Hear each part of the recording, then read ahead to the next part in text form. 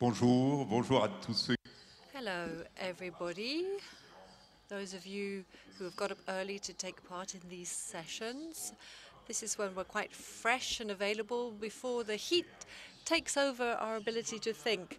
Living better, living older in a company like the French society, where living well doesn't necessarily depend on income, where few people have a positive vision of well-being in the future. Most prefer the present, if not the past, and one might wonder whether this theme is the right kind of theme. But when we look at things closer, it really is relevant. Why is that? Well, retiring improves life for many people. Not necessarily for an absolute majority, but for a relative majority of people, whereas it undermines the life of a minority of people. It improves the life of those who were less favored during their active life, rather than those who were more favored during their active life. Now, of course, one of the components is income stability that we have when we retire, and the second component is the idea of health. It's not as good for farmers and workers compared with white-collar workers.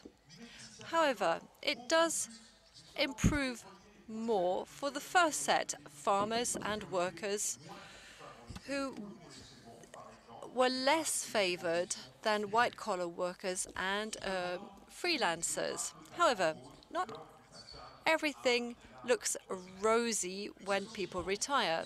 The feeling of social usefulness, which is a factor of longevity, does decrease when people retire. Not only when they retire, but it also decreases over the course of aging. However, there is a profession that for whom retiring is a happy event, and that is for teachers, because teachers have the highest replacement rate in French society, and they are among the most active when they retire in their public life and in their associative life. So our session is going to be focusing on the meaning of the change when people retire, and looking at inequalities between pensioners, looking at the economic and social challenges when people retire, and aging for the people concerned, as for society, and the specific challenge of the socialization of people who retire, especially when they're affected by dependency or when they go to a nursing home. So, what does it mean, living better? To deal with this subject, we have a whole panel of people who are well known to the Cercle.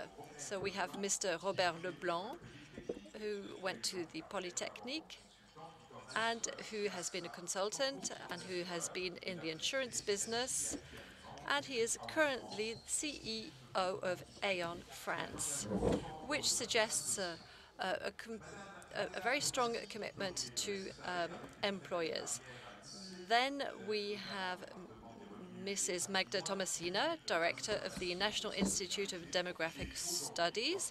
Today, that is what she does, and she has made many brilliant studies and publications.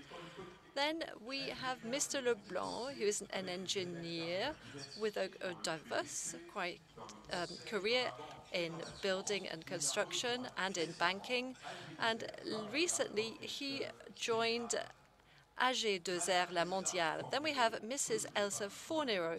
And of course, I don't need to introduce her. Without her loyalty to Aix, the Rencontres wouldn't be as exciting. Then we so she is a professor at the University of Turin. She was the Minister of Work, of Labour and Social Policies in the Monti government, and worked on the retirement reforms. Then we have Sylvain RABUEL, who has had a long career with Mondiès before joining Club Med, before being one of the main actors of the group, before joining Domusvie and working on the management of the fourth age. Now I'm going to turn towards you, Robert, to ask you, so with respect to the reform bill that is part of the government's plan, tell us about the diversity of situations when it comes to aging. Is that something that allows us to think about a complete reform of the retirement policy and aging?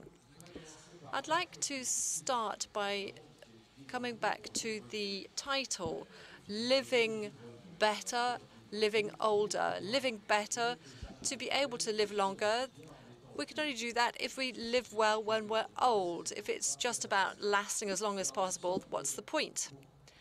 Now, it seems to me that to open this debate, there are three conditions, three obvious conditions: health, money, and support. Support, of course, is linked to health. It could be a question of money, but it's the operational subject of providing support. We could talk about lots of things. You're asking me to talk about retirement, but I could also talk about the question of dependency, because for many, I was on the same stage with Philippe TRAINAR, and we were talking about retirement and dependency, and I was checking with him. Nothing has happened about dependency since last year. So nothing's happened over the course of the last year.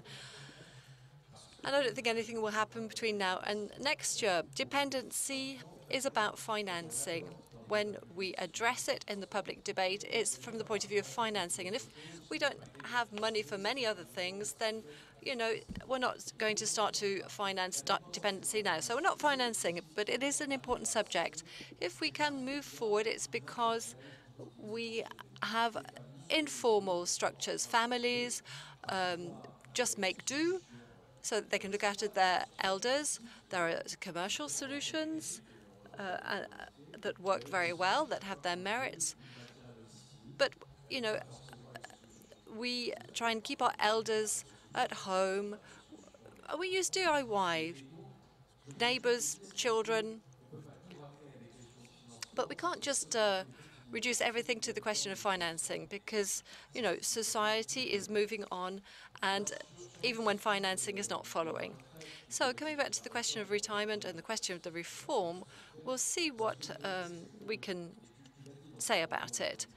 So in your introduction, you said that we're very unequal in front of this question. When we've used a sledgehammer for many, many years, it's not the same when you retire. When people don't retire because they still like their job, then they don't stop working. So the question of the age of retirement, it's a bit like the question about 35-hour working weeks. There are many situations where we like to set a standard and say that it applies to everybody, but, you know, it really depends on each person's needs, each person's career, the needs of whether they need to stop, whether there is a sense of fatigue. So it's all of this whole balance that has to be found. Now, last year we talked about reforms. We looked about the systemic aspects. It's about a points-based system. So it's easy to say. It's difficult to get people to understand. And the systemic side of things, even if I can see the intellectual side of it, I don't really believe it. So we have to delay the age of retirement because it is a reference.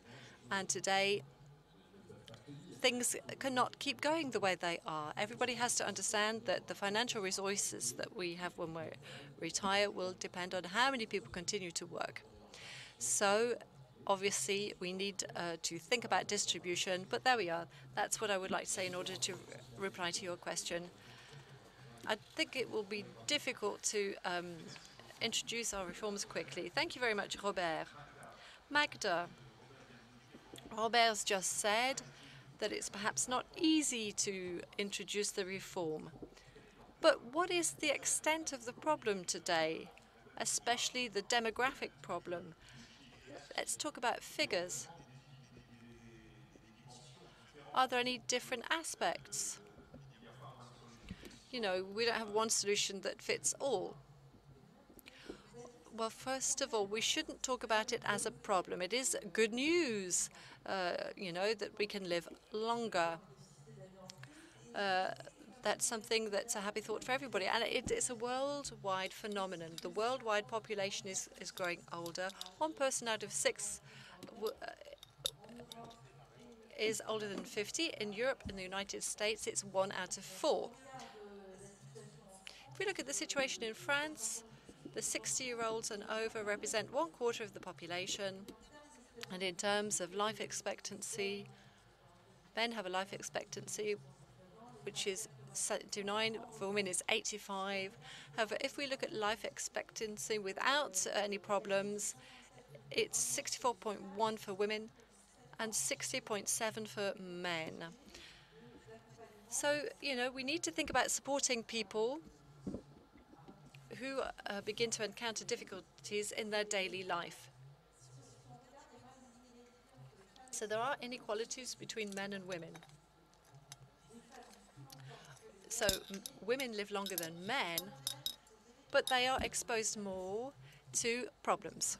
Why is that? Well, from a health point of view, women are affected more by chronic diseases, where men are affected more by illnesses that expose them to high mortality risks. And that's what leads to the difference in life expectancy, and that's why women are more affected by disabling illnesses. So professional lives, married lives, the marital status can create differences after the age of 65. So there are inequalities according to sex, but also inequalities depending on socio-professional categories, notably with the populations that have few qualifications, so workers who have a life expectancy that is not as high as the life expectancy of white-collar workers, but also they are more affected by disabilities. And this is something that can be seen as of 55, 65. So this reflects inequalities when it comes to the opportunity of reaching a retirement age, but also we have to take into account the conditions of the living conditions for people when they retire.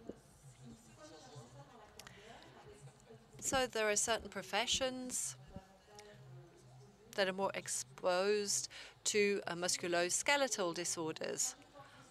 We have to look at careers with breaks for workers with few qualifications who are more exposed to anxiety and depression because of the risk of unemployment. There are also family backgrounds, family lives linked to health, with the impact of separations, divorces, and other similar events. So men and women have differences in life expectancy, but also in terms of health problems, and needs are different. Needs are different according to gender. So men require help for domestic tasks, where women need financial help and material help more than men. So today, it's women who benefit more from home help because they live longer than men. But they're also the main providers of help in terms. So in the informal system, they help their husband, their parents, and this reinforces this exposure to anxiety and depression, and this exposure to the risks of a loss of autonomy.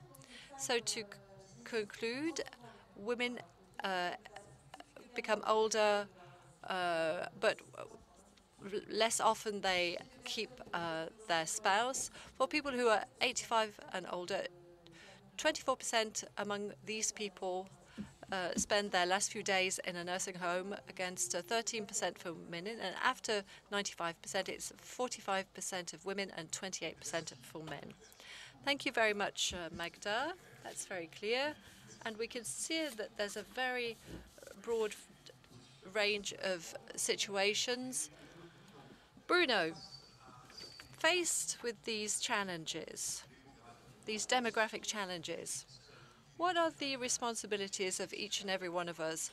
And to what extent are we facing a need for financial solutions or something broader, something more social and multidimensional? Thank you very much, Philippe. Hello, everybody. Perhaps two introductory remarks before I go to the core of the subject. First of all, living better, living older. This is a theme that corresponds to two shared aspirations in this auditorium. It's probably something that everybody wants in the country. So in a country looking for meaning, it should be a highly federating subject, this subject that we're dealing with this morning. The second introductory remark, unlike Hervé, I haven't taken part in the 24 previous editions, but I have taken part in 14. And year after year, we're reducing the time left to speakers from 8 minutes to 7 minutes to 6 minutes, but that's probably because we're specialists and we are used to working against the clock. So the wall of aging is now. Why is that the case? That's because the combination of the fact that we're living longer and we have the baby boom people. In 2022 to 2028, we're going to have between 200 and 252,000 people a year who will be above the age of 75, whereas more recently it was 5 times inferior, about 50,000. The second factor, in 2060, 5 million people in France will be 85. And in that year, 4 million people will be dependent, 2 million between the age of 60 and 80. So when we look at these figures, we have to have the classical reflex. How are we going to finance all of that? And it's a real question. It's a question in a context where we can see that the balances between social regimes are difficult to reach. The general social security regime, if we look at that, thinks that we will go back to a balanced situation between now and 2030. If we look at the track record in terms of keeping to objectives, we're not sure that that's going to be possible. But the idea that I want to develop this morning is that even if, as an insurance person, I'm very much attached to financial balancing of all activities, whether we're talking about health or retirement, I'd like to develop the idea that a financial balance is not necessary for all of the challenges we are facing. Let me share 4 simple ideas. The first is that we've got to come out of this purely financial approach. We need to focus more on concrete solutions, solutions relating to real life, relating to carers, relating to accommodation, so that people can stay at home longer. So we need to move from financial solutions to concrete solutions. Second idea, we need to stop thinking about more means. We need to think about how to use the means that we have that are available. So whatever the activity, today in the public debate, each category is asking for more means. It's true for the hospital, it's true for the police, it's true for the justice system. But when we look at the limits of however much it costs, we won't be getting any more means. We won't be getting any more resources. There isn't any magic money to be found. So are we using the means that we have in the best possible way? So there are 2 rare resources, time and money. And especially when it's public money, it is our duty to make sure that each euro spent or invested is done so wisely with a maximum return. Now, the third idea, and I think that we need to move away from the idea in our country that everything is done in a top-down manner and accept that much can be done in a bottom-up way. So let me cite an experience that some of you are familiar with it. It's an experiment in the Netherlands. Local nurse help. So instead of creating administrative solutions, local solutions were created. So this led to criticism, but the results were interesting. What were they? Well, there was a 40% drop in the overall time devoted to each patient.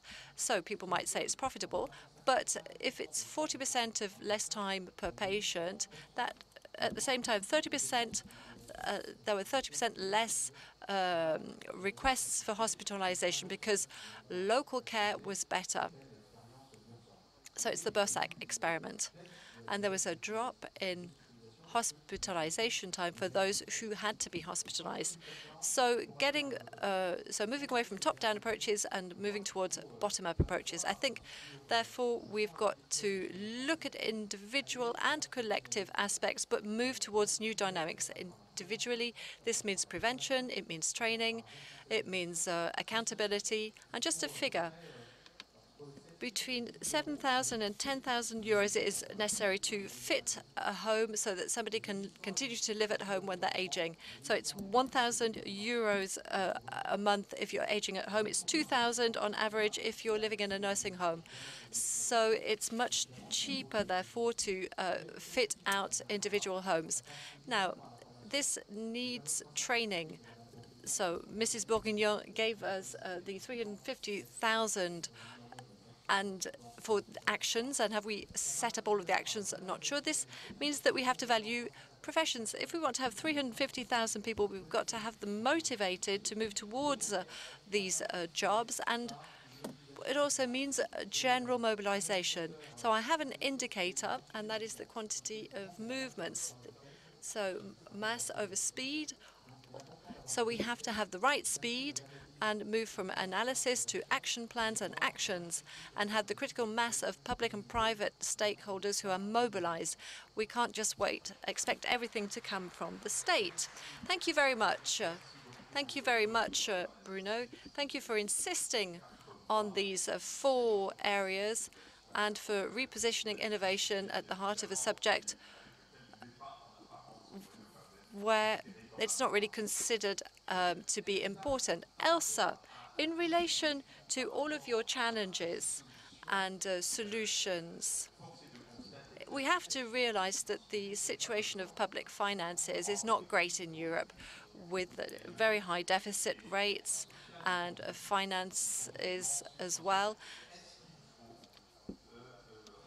Do we need to reduce what is being spent by the welfare state? We have to change. First of all, I'd like to thank you for inviting me, and bear with me, but my French is not really good, and I don't want to be the only one to speak English. So, to live better, to live older, and to live all together. We shouldn't forget about poor countries and people who are poor in the world. And there are 3 conditions that have to be met. And these are macroeconomic scenarios. Science first, growth, and the welfare state. I'm not going to talk about science, but we need to do some research. And we should get European facilities for science so that we can live better, live older. I'm not going to talk about growth, even though I'm an economist. So we know that growth should be sustainable, inclusive, and fairer. I'm talking about the welfare state. We are buffeted by a financial crisis in the welfare states. If you have a look at the events of the past 20 years, they've been a raft of shocks. Financial crisis, the big recession, COVID, and now the war. And all these upheavals and events have demonstrated that without a welfare state, our free trade liberal society might be undermined. And the welfare state might crumble, so the welfare state should be rejected, should be revamped, but it has to be maintained. So how do we go about that? There are three indications, three potential solutions.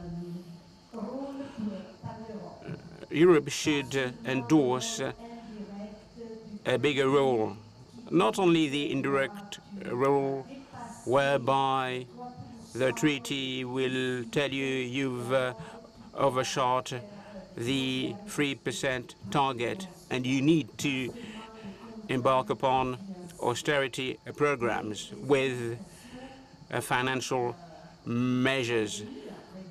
But what is important is to pull risks, something that we've witnessed after COVID, because the welfare state managed to cement the social rights, the political rights, the human rights. So what is important is to pool risks, and risk pooling should be conducted at a European level. Second prerequisite for me, we need to think about welfare, but not only for old people. It's important to look into the life cycle. So this is a message that is being delivered by the Italian Nobel Peace Prize. So we need to focus on the whole life. And we know that in Europe, there are lots of children who are poor. You have young households with young children who are poor. And I can tell you that the welfare state has a key role to play in terms of health, in terms of food, in terms of living conditions, and schools. We're talking about poor schooling in Europe, and this is a matter for the welfare state. So education today is one of the key catalysts for the increase in inequalities. Rich people will get the best schools for their children from the very first years of education to university. Social protection is key as well. Welfare is key in active life. Professions, jobs, careers have been altered. So the labor market is quite flexible, but this shouldn't impair retirement and pensions. But I think that we need to use taxes, and we need to make sure that there are some compensation payments for people who are unemployed. Third part,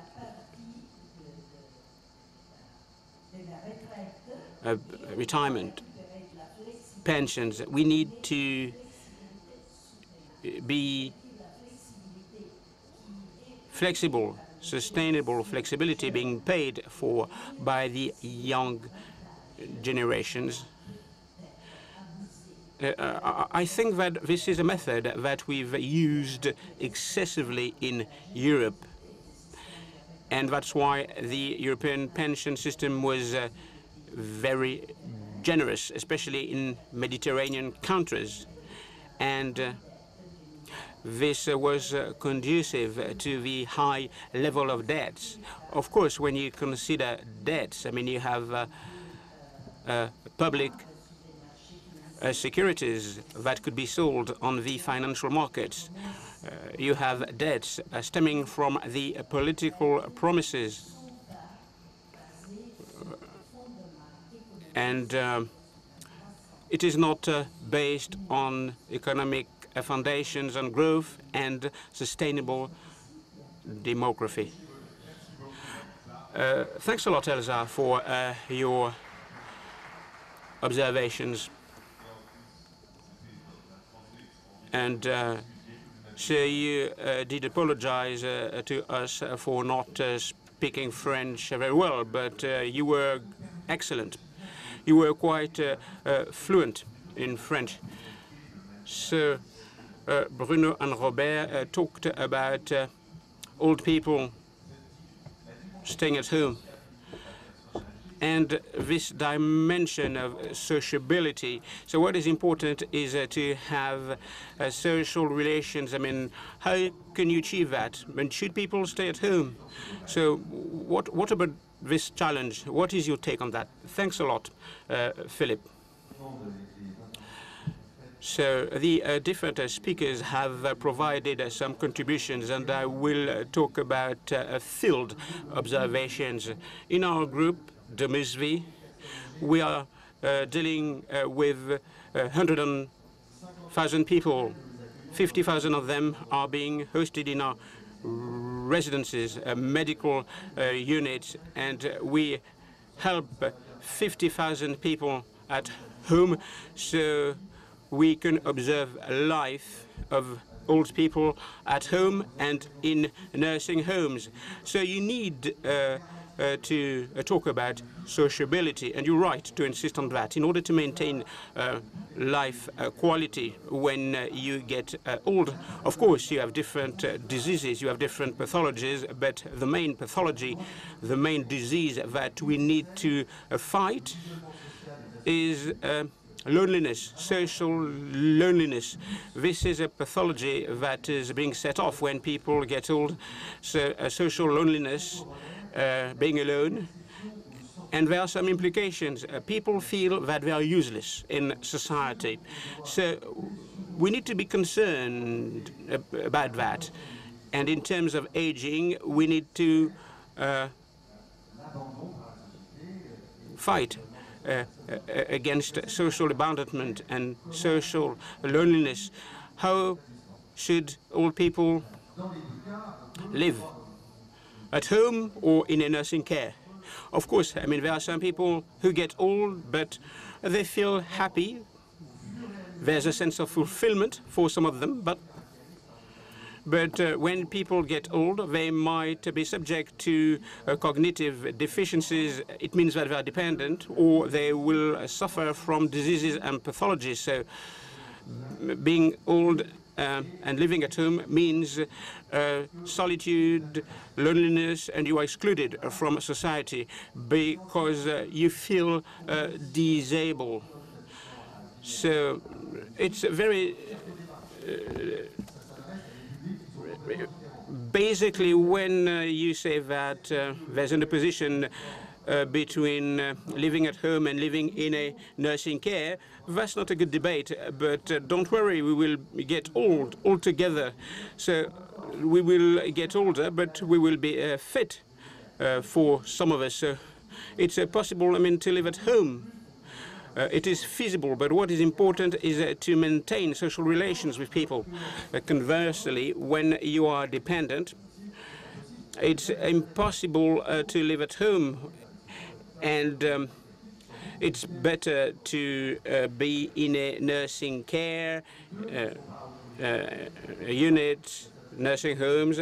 So you cannot oppose the two. You need to focus on the different type of people you are targeting. Last observation that I would like to make. Then you need to consider housing. So housing, the type of housing will determine if there will be some social bonds or not. So we need to come up with a new strategy in terms of housing, in terms of accommodations. So it is said that people should live in their home when they get old. It's a fantasy. Your home won't be tailored to the impairment of old age, and it won't be possible to maintain an active old life.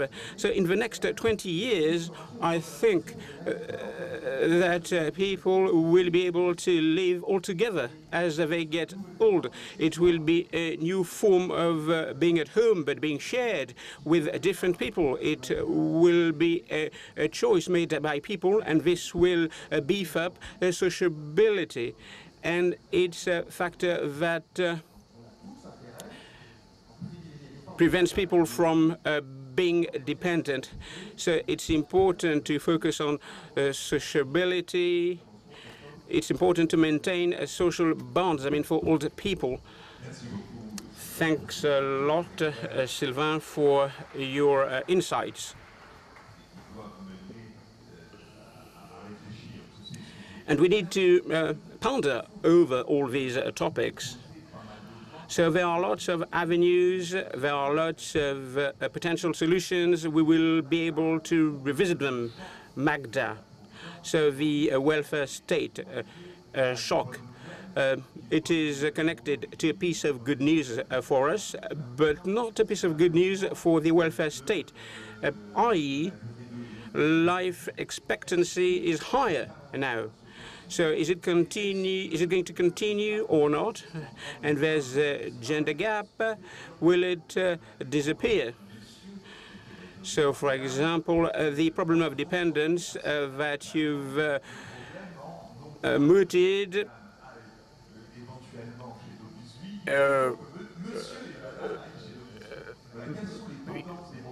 so when you get old, whether you are a man or woman, you will have to go to the insurance company. So what can you tell us about that?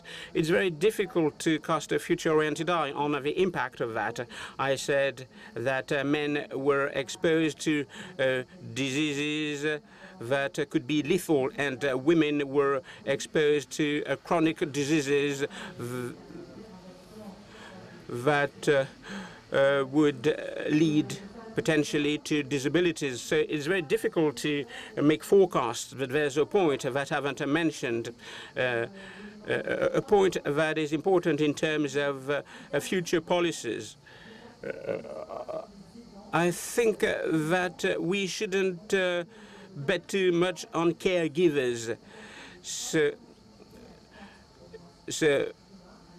you will move from 3 generations to 4 generations in families.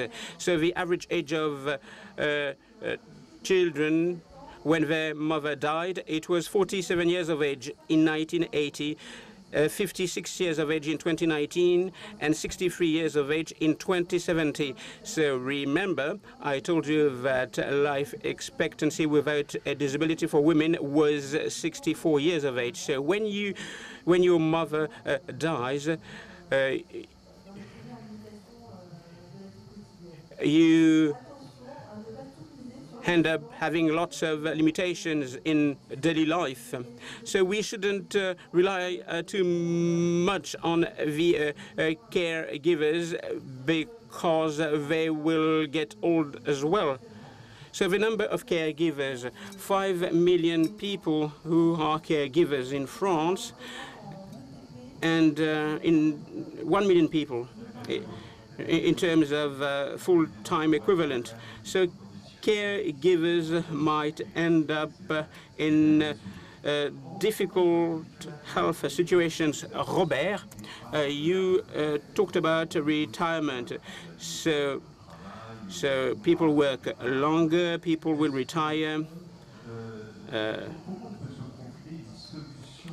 later. So how can we advocate a solution that is being in line with the different situations? Any recommendation that you could put forward? I think that if I had a recommendation to put forward, I would be part and parcel of the government, and unfortunately I don't have any recommendation. No, don't reverse the burden of responsibilities. The pension reform entails lots of parameters, financial, demographic parameters, and it's very easy to analyze those parameters.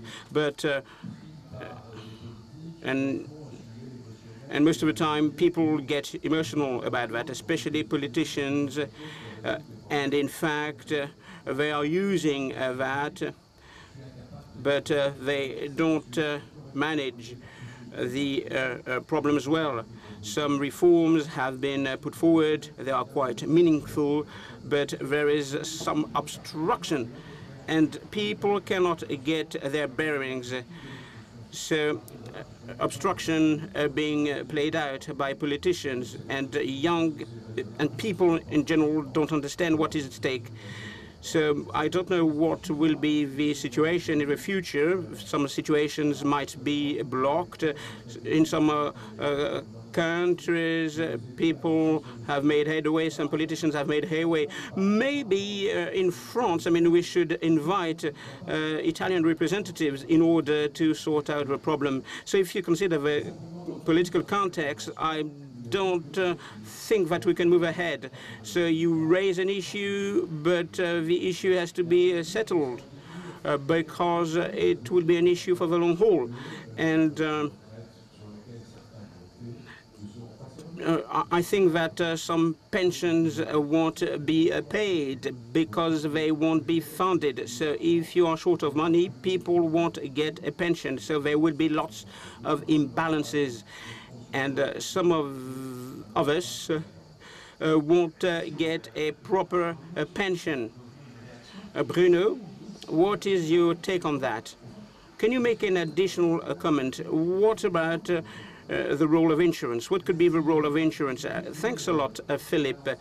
Allow me to counterbalance the pessimistic view of Robert, but I do share one of the comments that he made. In the years to come, in the light of the parliamentary elections, it will be very difficult to embark upon reforms, in-depth reforms. Why?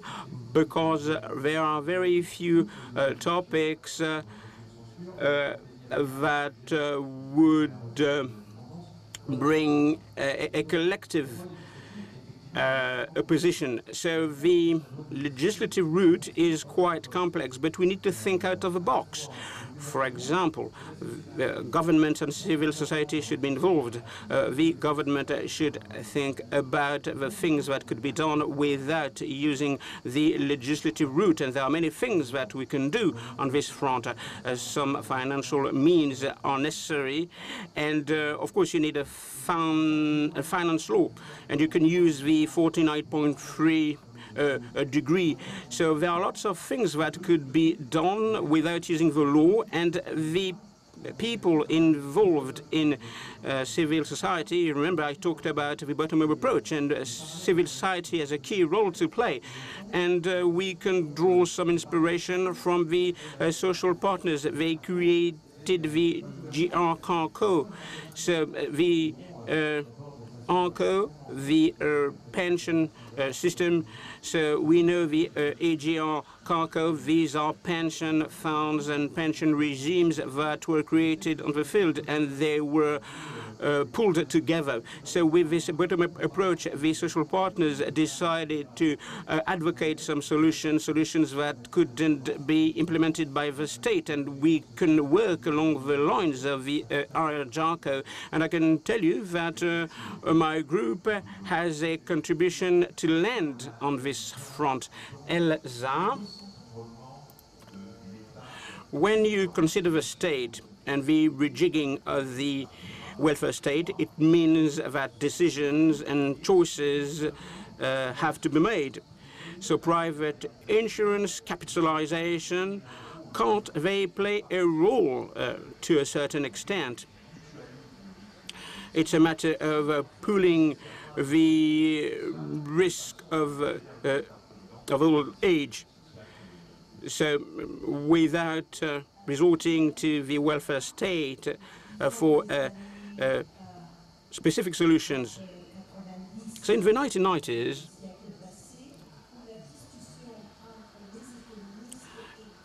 the economists talked about financial capitalization being key regarding the contract between generations. And I think that this debate is over. The American president, Mr. Bush, he wanted to privatize the American social security system. That is quite different to that of Europe, but he didn't manage to do so, or he didn't manage to convince the populations. For him, it was a good idea. He said that the interest rates were 8%, 9% in real times. And he talked about yield rate of contributions in the public sector is 1% or 2%. But I think that this debate is over. People are talking about diversification now.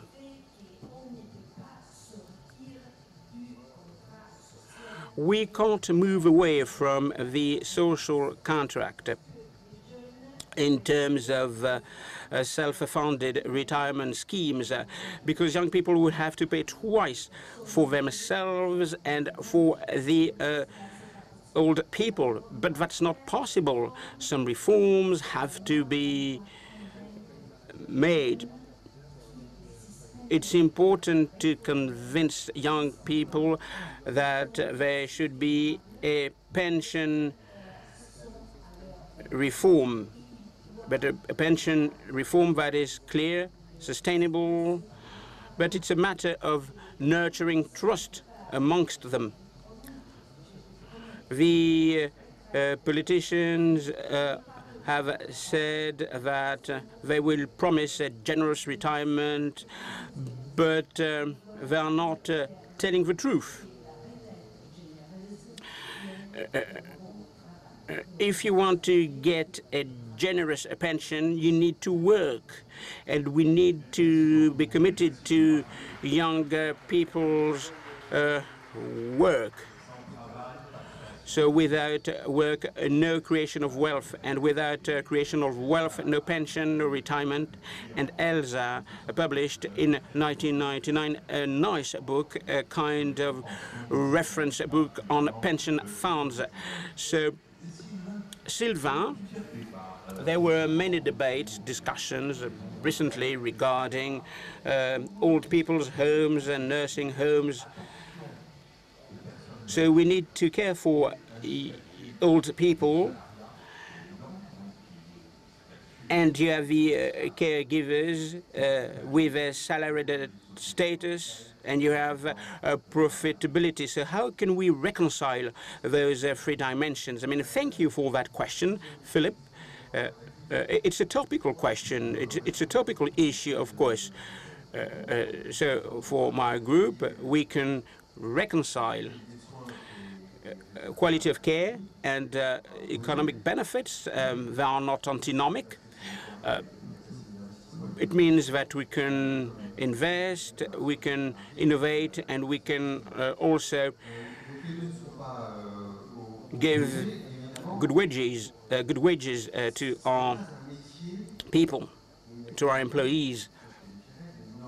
But it's not a normal type of activity. We need to address that topic in a different way. We need to take on board the stakeholders in our company. We've made a decision.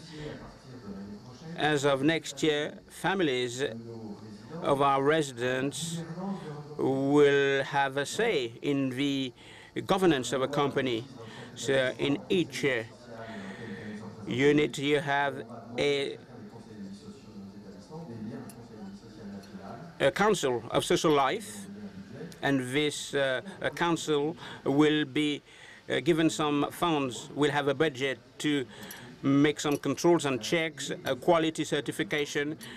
it's like a community of stakeholders, so we need to devise a strategy to reconcile our mission, public service mission that has been entrusted to us, with the imperatives of a private company. So it's important to innovate and to have an original governance model, but I think it's feasible.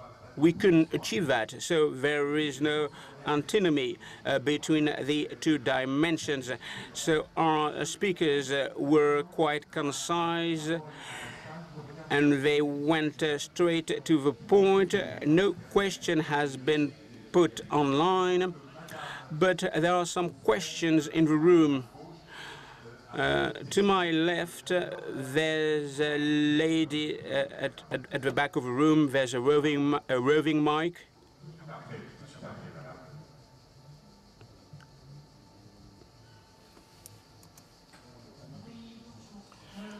Hi. So I arrived late, but maybe my question has already been addressed. So I couldn't work.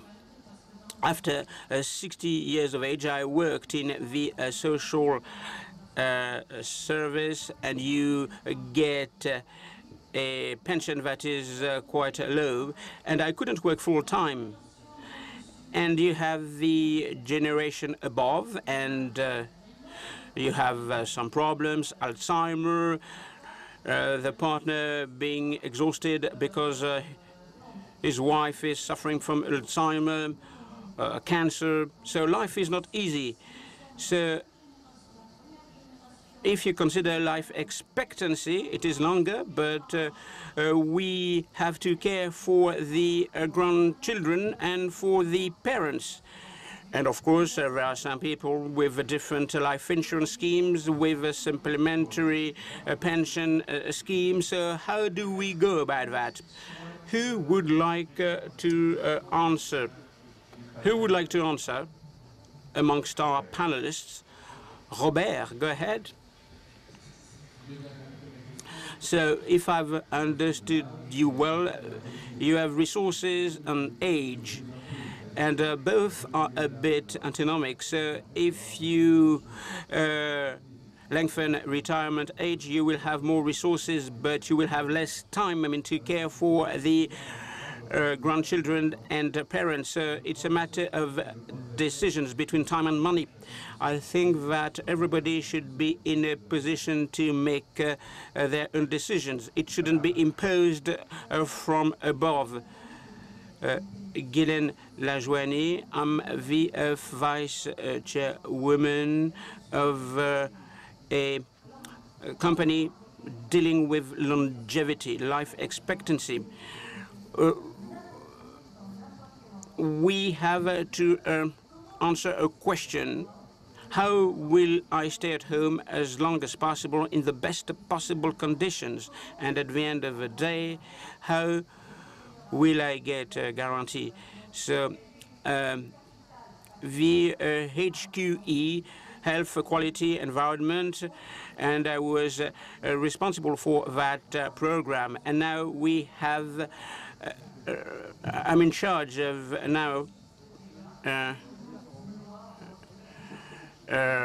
health, quality. We have the Sustainable Development Goals with 3 dimensions: economic, environment, and there's a dimension that we tend to forget, with the exception of our Italian guest, societal, social dimension. What do we have? Health, solidarity, security.